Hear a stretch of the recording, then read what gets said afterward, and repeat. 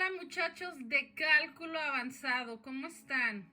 Seguramente muy bien y me da mucho gusto. Vamos a empezar el capítulo de funciones de varias variables. Es muy emocionante, de verdad, este capítulo es precioso porque tiene tantas aplicaciones y sobre todo para su carrera van a ver qué provecho le van a sacar a las funciones de varias variables. Muy bien, empecemos entonces con la definición.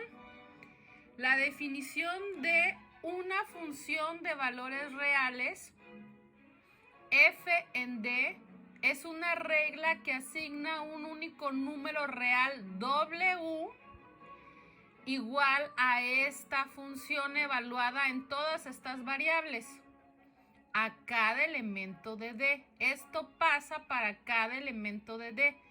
A ver, en otras palabras, no se me desesperen. Yo tengo una función de varias variables. Esta función va a tener un dominio y un rango, como las demás funciones que hemos estudiado, como la de una variable. Y se acuerdan que la función de una variable era una regla que asignaba a cada elemento X del dominio un solo Y del codominio, y ese Y, acuérdense que cómo se escribe, f de X. Porque ahí se acaba, porque era una sola variable, la X. Aquí, ¿sí? El elemento del dominio son varias variables, supongamos n variables. Se sustituyen en la función y nos dan un W. Ahora le vamos a llamar W al resultado. Antes le llamábamos Y. Esta W está en el rango y estas eneadas están en el dominio. Ahora el dominio tiene varias variables y eso se le llama eneadas. A ver, otra forma de verlo.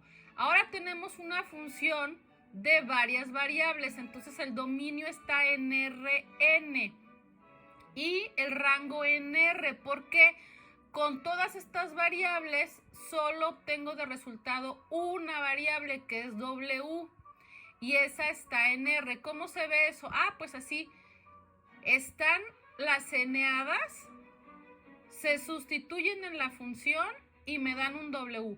Otra eneada se sustituye en la función y me da otro W. Para cada eneada, para cada elemento del dominio, estos son los elementos del dominio, voy a encontrar un solo elemento en el codominio, ¿sí? Para todos estos tengo que encontrar un solo elemento en el codominio. Entonces, bueno, yo creo que así ya quedó más claro, ¿no? De esta manera. En las funciones de una variable aquí había X y Y. X y Y, X y Y, una X, una Y, una X, una Y, una X, otra X, otra Y, otra, ¿sí? Entonces, nada más tienen que incorporar mentalmente que ahora ya no es X, sino es X1, X2, X3. Para efectos prácticos, nosotros vamos a estudiar en R2 y en R3, es decir, 2 y 3 variables. Entonces, los elementos del dominio serían pares ordenados, esos que se grafican en el plano, o van a ser triadas ordenadas, esos puntos que se grafican en el espacio, ¿sí? Muy bien, y esos puntos nos llevan a otro más, a otro resultado. A ver, ¿cómo podemos nombrar todo? Vamos a estudiar otra vez. El conjunto D es el dominio de la función. Sí, yo creo que eso ya está clarísimo. El dominio tiene a la entrada, ¿qué vamos a poner? ¿Sí? D es un conjunto de eneadas de Rn, ¿sí? De números reales, y se forma de esta manera la eneada, ¿ok? O sea, esta R indica que X1, X2 y todas las variables que están aquí son números reales. Luego, el conjunto de valores W, o sea, todos los resultados o las salidas, son el rango. ¿sí? De la función. W es la variable dependiente. Fíjense cómo está solita. Y f es una función de n variables independientes.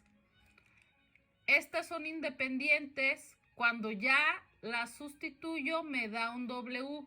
Quiere decir que dependiendo de estas eneadas obtengo un W. Por eso W es la variable dependiente. Depende de qué eneada usemos. Y todas las X, todos esos números reales que forman la eneada son independientes, variables independientes.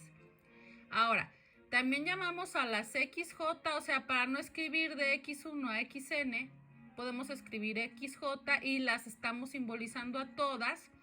Bueno, a estas XJ las llamamos variables de entrada, que ya se los he mencionado, de la función, y a W la variable de salida de la función. Bueno, sí, todo lo repetí varias veces para que quedara muy claro. Yo espero que con esto ya sea suficiente para entender la definición de función de varias variables.